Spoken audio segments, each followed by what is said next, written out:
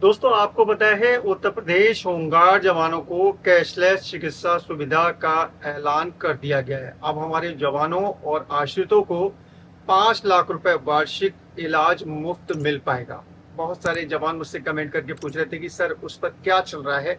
तो एक बहुत इंपॉर्टेंट आदेश आया है। मैं आपको आदेश दिखाकर पूरा बारीकी से समझाऊंगा कि किस तरीके से आपका कार्ड बनेगा, कौन कौन आपके परिवार के सदस्य उसमें कवर किए जाएंगे, क्या क्या डॉक्यूमेंट्स आपसे मांगे जाएंगे, किस तरीके से आपका ये पूरा प्रोसेस रहने वाला है।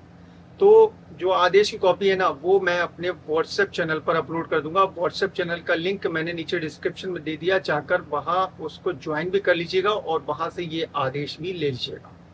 चलिए अब हम लोग चलते हैं सीधे आदेश की तरफ। देखिए दोस्तों, आपको स्क्रीन पर आदेश की कॉपी दिख रही होगी। होमगार्ड मुख्यालय उत्तर प्रदेश लखनऊ की तरफ से 13 अगस्त 2026 को आदेश जारी किया गया।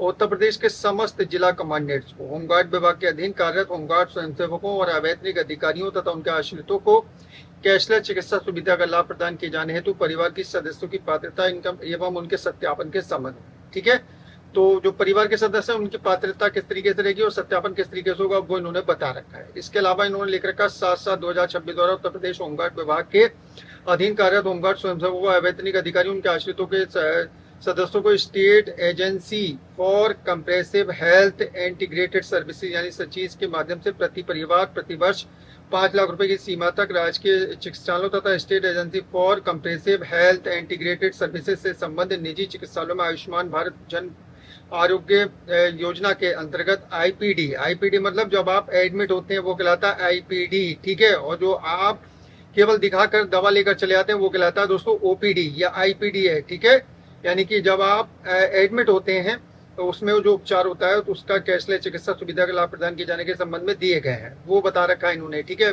आदेश थोड़ा सा लंबा है तो मैं शॉर्ट में आपको समझा देता हूँ। सत्यापन की जो प्रक्रिया है, निर्धारित संबंधी प्रस्ताव शासन प्रेषित कर दिया गया था, जिसे शासन के पत्र संख्या दे रखी 7 अगस्त 2026 के द्वारा सहमति प्रदान कर दी गई है। ठीक है, 28 जुलाई 2026 का एक आदेश है जो इन्होंने नीचे की तरफ अटैच कर रखा है, वो मैं आपको दिखा देता हूँ। उसमें समझ लीजिए पूरा इन्होंने डिटेल से समझा रखा है। ये रहा दोस्तों 28 जुलाई 2026 वाला आदेश जो commandant general home guard Uttar Pradesh की तरफ से जारी किया गया और प्रमुख सचिव होमगार्ड विभाग उत्तर प्रदेश शासन को जारी किया गया था। ठीक है, इसमें लिखा है होमगार्ड स्वयंसेवकों एवं अवैतनिक अधिकारियों तथा उनके आश्रितों का कैशलेस चिकित्सा सुविधा का लाभ प्रदान किए जाने हेतु परिवार के सदस्यों की पात्रता एवं उनके सत्यापन की प्रक्रिया का निर्धारण के संबंध में।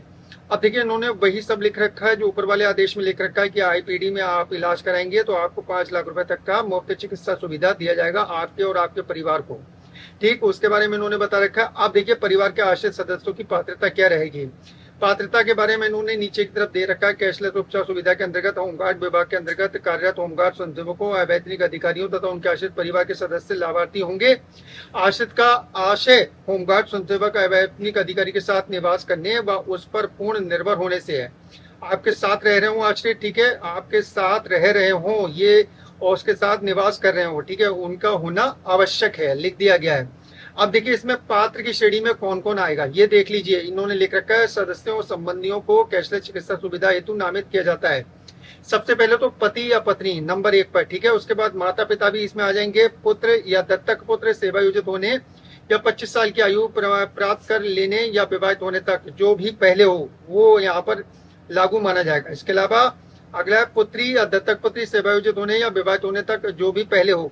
इसके अलावा पुत्र और पुत्रों की मृत्यु की दशा में पुत्र वधु और पुत्र वधुएं भी आएंगे। ठीक है, अगला अविवाहित भाई सेवायोजित होने अथवा 25 वर्ष की आयु तक जो भी पहले हो वो इसमें कवर किया जाएगा। इसके अलावा विधवा तलाकशुदा पति द्वारा परित्याग आश्रित बहनें जो हैं वो भी इसमें कवर की जाएंगी। इसके अलावा पुत्र पुत्री जो मानसिक या शारीरिक स्थायी निःशक्त से ग्रस्त हो, ठीक है, जो शारीरिक रूप से निःशक्तता से ग्रस्त हो उनको भी यहाँ पर लिया जाएगा, कवर किया जाएगा। इसके अलावा नीचे की तरफ लिख दिया परिवार के पात्र सदस्यों के सत्यापन की प्रक्रिया क्या रहेगी, किस तरीके से सत्यापित होंगे कि भाई आपके जो है वो पात्र आश्रित हैं। उनके लिए इन्होंने पूरा लिख दिया है कि परिवार आश्रितों को इस सुविधा से जोड़ने हेतु परिवार के सदस्यों की गणना एवं उनका सत्यापन इत्यादि किए जाने हेतु निम्नानुसार अभिलेख प्राप्त किए जाएंगे। तो कौन कौन से डॉक्यूमेंट्स हैं वो इन्होंने यहाँ पर दे रखा है। जैसे कि यहाँ पर इन्होंने लिख रखा है कि पात्रता की श्रेणी में आने वाले परिवार के आश्रित या सदस्यों संबंधियों को नामांकित किए जाने हेतु नाम उनसे संबंध, आयु, जन्मतिथि, सेवायोजन, वैवाहिक परिस्थिति का अंकन करते हुए एक स्व हस्ताक्षरित प्रार्थना पत्र संबंधित कंपनी के वैतनिक इंचार्ज के माध्यम से जिला कमांडेंट होमगार्ड के समक्ष प्रस्तुत करना होगा।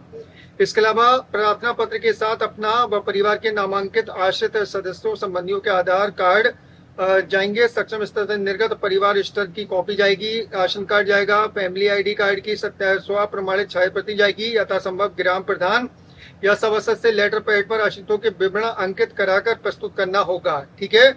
इसके अलावा नामित पुत्र या दत्तक पुत्र भाई की 25 वर्ष की आयु का निर्धारण करने के लिए कौन कौन से डॉक्यूमेंट चलेंगे? देखिए, हाई स्कूल का प्रमाण पत्र चल जाएगा, अंक पत्र चल जाएगा, सक्षम अधिकारी द्वारा ऑनलाइन निर्गत जन्म प्रमाण पत्र चल जाएगा, अंतिम शिक्षा प्राप्त विद्यालय द्वारा निर्गत प्रमाण पत्र जिसमें जन्म तिथि अंकित हो।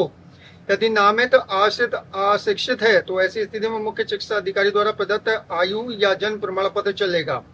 इसके अलावा दोस्तों यहाँ पर इन्होंने लिख दिया है कि स्व प्रमाणित छाया प्रति लगेगी इन डॉक्यूमेंट्स की। ठीक है। नामित या पुत्र या दत्तक पुत्र भाई के सेवायोजित नहीं होने का शपथ पत्र प्रस्तुत करना होगा। इसके अलावा दोस्तों नामित पुत्री या दत्तक पुत्र भाई के अविवाहित होने का शपथ प्रस्तुत करना पड़ेगा यहाँ पर। और पुत्र पुत्रों की मृत्यु की दशा में नामित पुत्र वधू या पुत्र वधुओं एवं नामित विधवा या तलाकशुदा पति द्वारा परित्याग बहनों का होमगार्ड स्वयंसेवकों अवैतनिक अधिकारियों के साथ निवास करने व उस पर पूर्णता निर्भर होने का शपथ पत्र प्रस्तुत करना होगा। इसके अलावा पुत्र या पुत्रों की यहाँ पर मृत्यु की दशा में पुत्र वधू या पुत्र वधुओं एवं विधवा बहनों के नामांकन की दशा में संबंधित के मृत्यु प्रमाण पत्र की स्व प्रमाणित छाया प्रति संलग्न करनी होगी।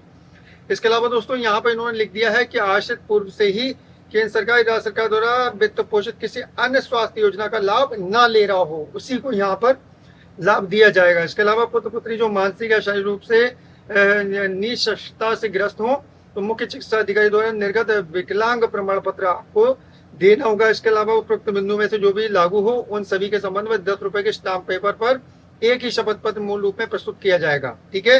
यदि किसी समय पर किसी भी कारण से कोई आश्रित कैशलेस चिकित्सा सुविधा हेतु अपात्र हो जाता है तो होमगार्ड स्वयंसेवक अवैतनिक अधिकारियों द्वारा तत्समय उसकी सूचना जिला कमांडेंट को देनी होगी। क्लियर कर दिया गया है। इसके अलावा दोस्तों नीचे की तरफ इन्होंने लिखा है कि नंबर 4 पर होमगार्ड स्वयंसेवकों अवैतनिक अधिकारियों द्वारा कैशलेस चिकित्सा सुविधा हेतु नामित परिवार के आश्रित सदस्यों पात्रता का परीक्षण कौन करेगा? समिति गठित की जाएगी। समिति में कौन रहेगा? एक तो जिला कमांडेंट अध्यक्ष रहेगा, जिला कमांडेंट के सहायक जो है सदस्य रहेंगे, संबंधित कंपनी के वैतनिक इंचार्ज जो हैं जिसमें वैतनिक कंपनी कमांडर है, वैतनिक प्लाटून कमांडर है, ब्लॉक ऑर्गेनाइजर है, हवलदार है, ये सदस्य रहेंगे। ठीक है।